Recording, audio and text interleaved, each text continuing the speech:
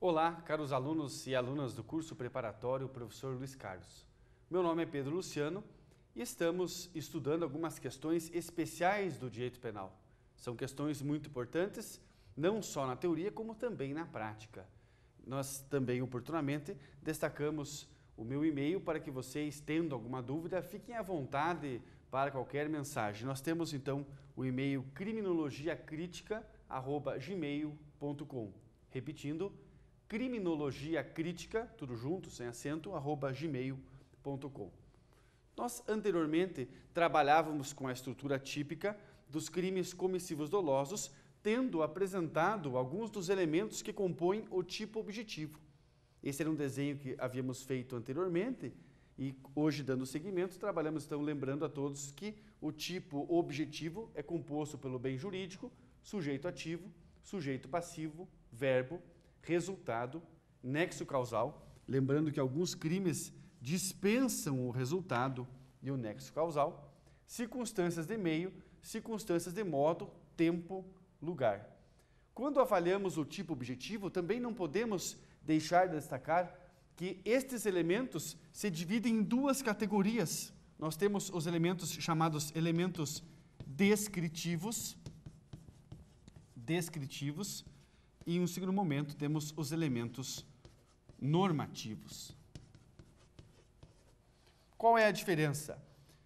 Quando nós trabalhamos com um elemento descritivo, nós temos um elemento que dispensa um juízo de valor para a sua compreensão. Exemplo, fogo. Exemplo, mulher.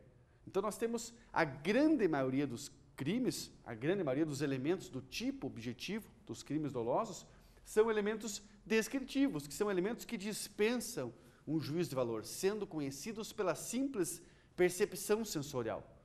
Agora, alguns crimes possuem dentro do tipo objetivo elementos normativos, que são elementos que exigem um juízo de valor.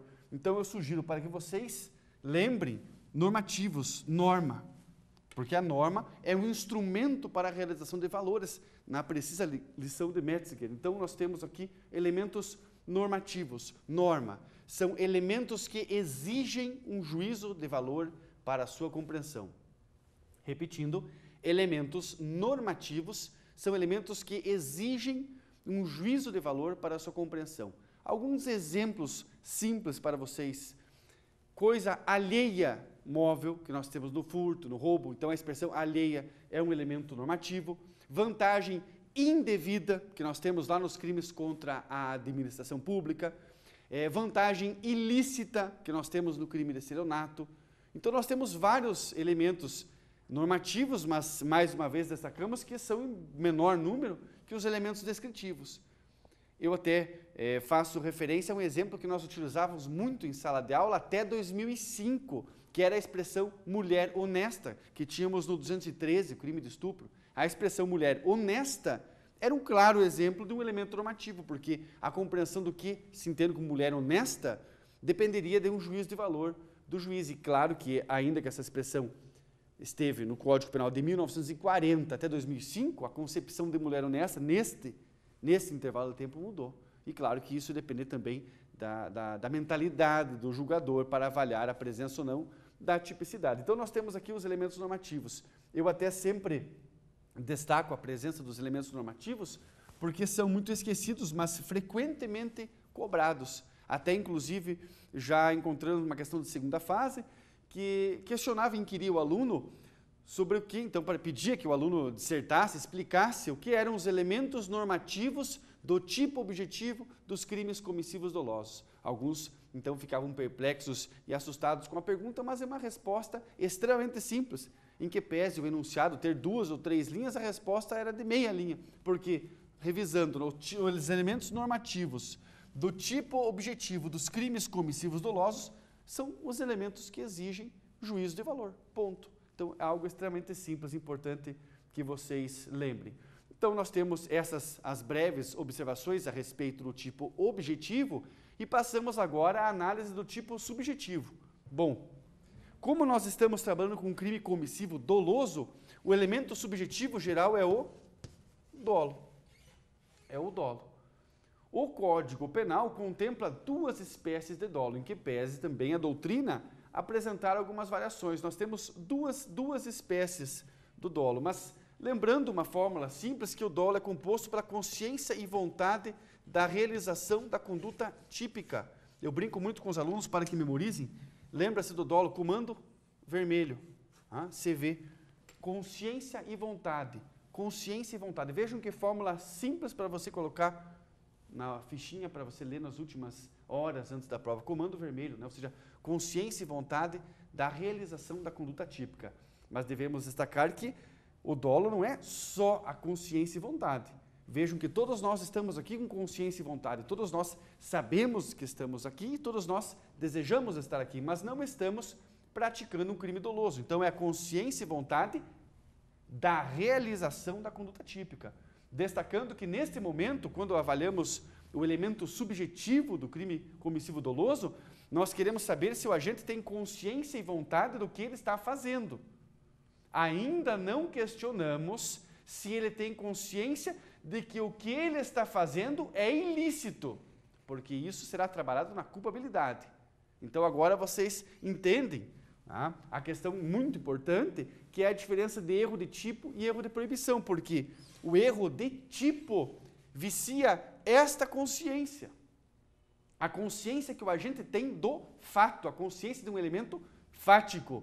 Agora, na culpabilidade, mais especificamente no potencial ou real conhecimento de ilicitude, é que iremos avaliar se o agente tinha conhecimento do caráter ilícito da sua conduta. Vejam bem, do caráter proibido da sua conduta. Por isso que, se ele erra sobre o conhecimento do valor do fato, é o erro de proibição. Agora, lembramos aqui, se estamos falando do tipo, o erro é erro de tipo. Eu até procuro ajudar os alunos a não confundirem e lembro com certa brincadeira, falo, olha, erro de tipo está no tipo, quer dizer, você não pode errar. Nós temos aqui, então, no tipo subjetivo, essa estrutura.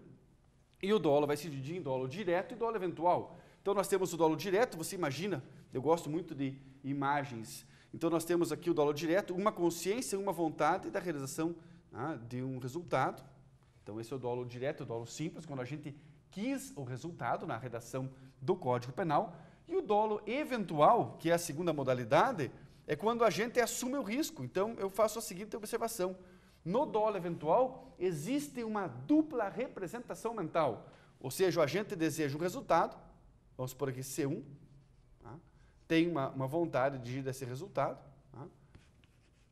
que esse é o objetivo inicial do agente. Pode ser lícito ou lícito, típico ou atípico.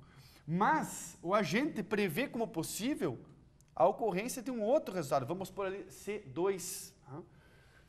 Então, ele prevê como possível a ocorrência de um segundo resultado. Esse sim é um resultado típico, necessariamente típico, ilícito. Então, o agente deseja realizar uma conduta que atinja um resultado, mas prevê como possível, outro resultado.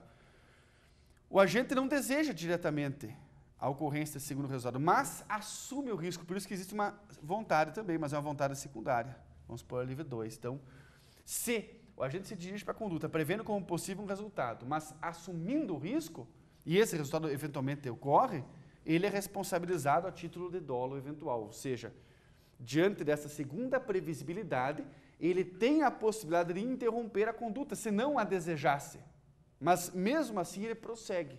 Ele prossegue porque, se este resultado ocorrer, ele não está nem aí.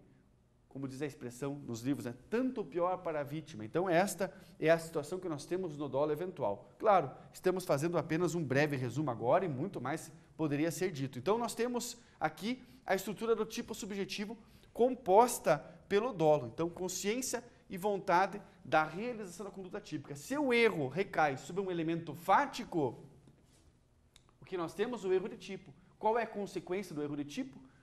O erro de tipo afasta o dolo e permite a punição na forma culposa se houver previsão. Então nós temos essa a segunda parte da nossa explicação, ou seja, o tipo subjetivo. E na sequência, trabalhamos então com os elementos subjetivos do tipo. Até lá!